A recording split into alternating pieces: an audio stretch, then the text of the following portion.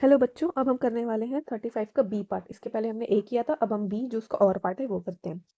Draw diagram showing spore formation in Rhizopus and label the reproductive and non reproductive part. Why does Rhizopus not multiply on a dry slice of bread? ठीक है, तो देखो सबसे पहले तो आपको diagram बनाना है राइजोपस का, है ना। तो ये तो एनसीईआरटी में दिया हुआ है, ये तो आपको पता ही है। मैं बनाती हूँ राइजोपस, है ना, ऐसे ही बनता है ना बच्चों। ठीक है, मान लो ये हमारा राइजोपस हो गया। अब देखो ये आपको पता है, यहाँ पे क्या होता है, इस पार्ट को क्या बोलते हैं बच्चों? इस पार्ट को बोलते हैं स्पोरेंजिया। क्या बोलते हैं? स्पोरेंजिया। और स्पोरेंजिया के पास ही क्या होता है, ये जो इसके यहाँ पे है ये दैट इज स्पोर्स, है ना। तो जो आपका स्पोरेंजिया है वो क्या हो गया? Reproductive part. स्पोरेंजिया क्या हो गया बच्चों? आपका रिप्रोडक्टिव पार्ट हो गया। ठीक है, और जो आपका नीचे प्रेजेंट होता है ये पार्ट आपका क्या हो गया? हाइफी, है ना। और ये क्या होता है? ये आपके ग्रोथ और इसको राइजोपस को स्प्रेड होने में और ग्रोथ होने में हाइफी हेल्प करता है। और ये इसका कौन सा पार्ट है बच्चों?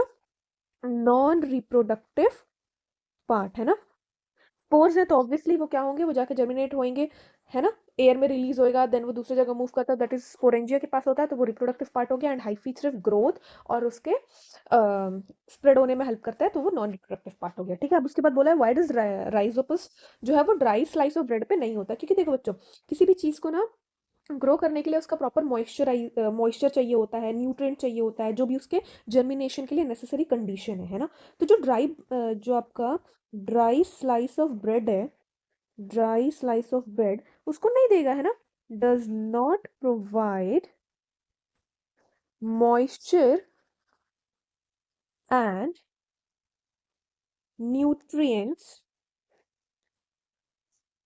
necessary necessary for the germination and multiplication of rhizopus।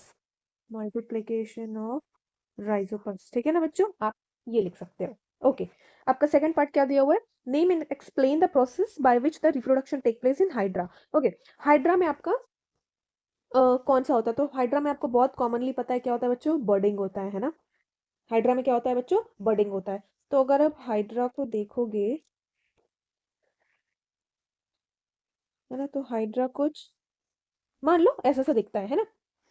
हंसना मत, ठीक है। अब बताओ इसमें क्या होता है? हाइड्रा में यहाँ पे एक छोटा सा आउटग्रोथ होता है ना। ऐसे ही होता है ना, एक आउटग्रोथ होता है यहाँ पे।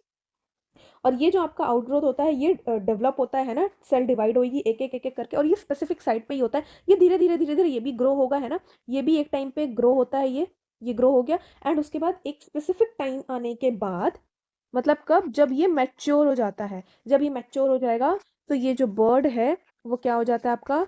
डिटैच हो जाता है अपने पेरेंट से। कहाँ से हो जाता है? फ्रॉम पेरेंट, है ना।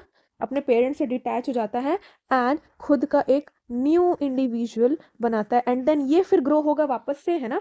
ये फिर इधर मान लो कि ये अब ये जो छोटू सा था वो अब वापस से ऐसे ग्रो होगा। फिर अब उसके यहाँ पे एक स्पेसिफिक साइड पे एक छोटा सा बर्ड आएगा, देन वो ग्रो होगा एंड देन फिर वो अपने पेरेंट से डिटैच होएगा, है ना। तो ये प्रोसेस चलते रहता है। तो हाइड्रा में आपका क्या होता है? बर्डिंग होता है। आप इसको लिख के एक्सप्लेन कर सकते हो। ठीक है, थैंक यू।